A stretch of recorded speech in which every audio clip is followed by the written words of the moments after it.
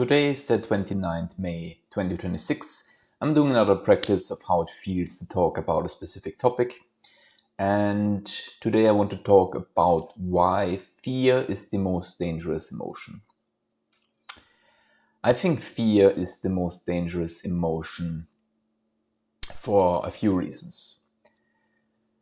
First, I think fear, what is fear? Fear is an emotion that is reacting to the future to guide us away from dangers. Basically, like very simply, very easily said. That means fear is all about the future, and it's all about predicting the future and steering us away from things that might hurt us, things that might cause us pain, things from at the end kill us or shorten our life. Fear is based, or these predictions are based on our past experience. So it's the past experience that we extrapolate into the future, create predictions, and we are reacting to triggers in the current world based on our past and projected into the future.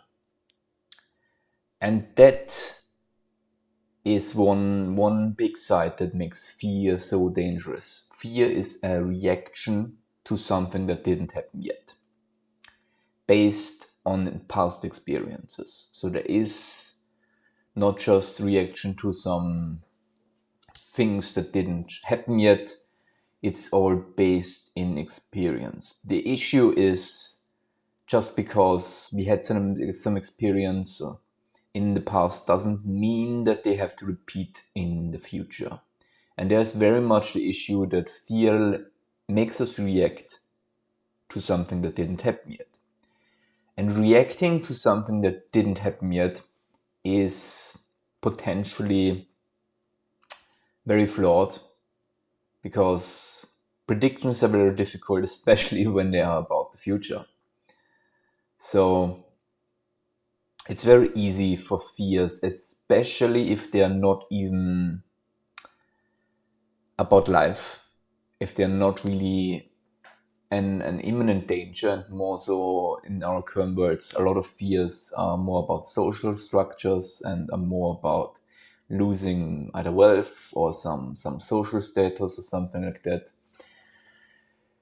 Like a lot of the big fears that humans, or where fear potentially comes from, like actually dangers to our lives, which of course a lot of people still have in the world, but in our rich and especially free Western worlds and countries, we don't really have the issue that a lot of people actually have to fight for their survival. Like the very much the only people who really fight for their survival in our societies are other people who come in contact with some kind of crime where they are actually under threat, which is also very rare. Crime rates are very low in a lot of Western countries. And other than that, where there are actually people who want to hurt you, which again is not that much in the first place. It's mostly different kinds of sicknesses where you just get sick and you have to fight for your survival because of some sickness. If it's physical, mental, whatever kind, heart issues, cancer, doesn't matter for that. Some kind of sicknesses make you fight for survival and for your life. Other than that, probably the most common things that people fight for survival would be more, well,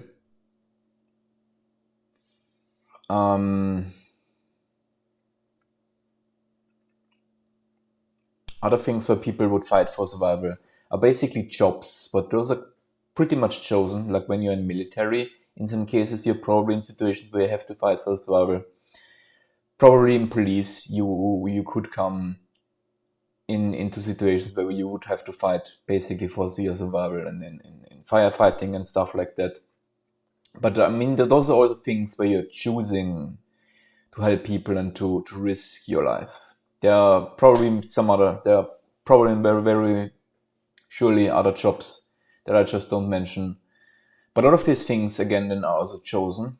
So people who are in these situations that actually would encounter fear that are life-threatening, they would choose that. Or again, they are sick, or they come in contact with some kind of criminal element that puts them into in an actual life threat. Other than that, it's probably very rarely. And other than that, you have some accidents, which are also very rarely where you come in a situation where you have to fight for survival for longer times, very much. So there are not a lot. So most people at the other end, most people don't really have a lot of strong mechanisms in their life that actually threatens them in any significant way. At least like when it comes to survival, when it comes to life, when it comes to the mechanisms that were responsible for developing the importance and the power and the impact that fear has on us. That is the other side. Fear is a negative emotion. It makes us avoid something.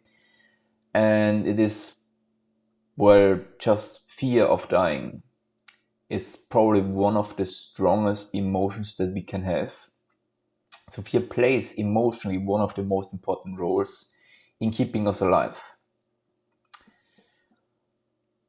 So it has a very powerful and strong impact on when it is in our life.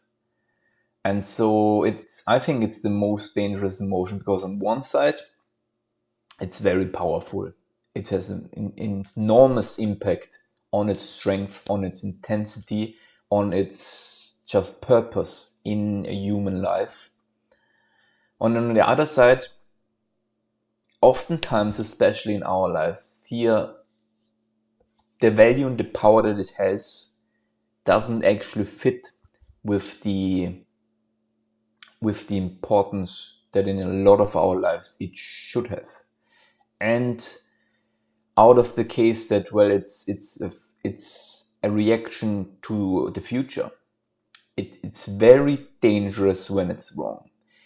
When we're afraid of something that isn't actually happening and we just feel like there's a threat, we just feel like there's a danger, that is insanely dangerous for our lives. In this case, a very, very abstract way. Because reacting strongly negatively to something that's not actually happening, well, just will lead to negative effects. A lot of times, fear in our lives will exactly lead us to the thing that we are afraid of. That is one of the things that I really learn about fear. Fear has to be taken very seriously. I'm not saying fear in that sense is something that we should look over because it's a lot of times wrong.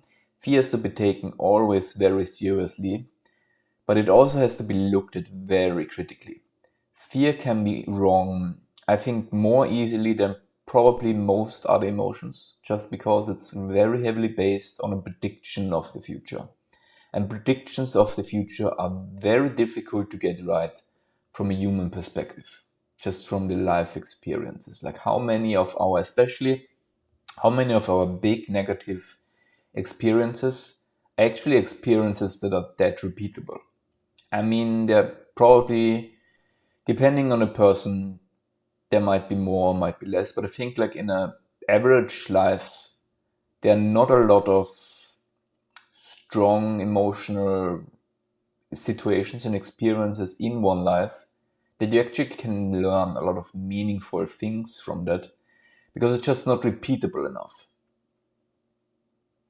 to actually learn precise, accurate, repeatable behavior and fear responses from that.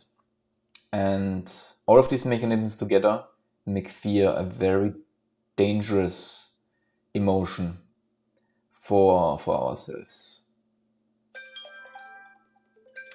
Perfect timing. Time is over. Then until next time.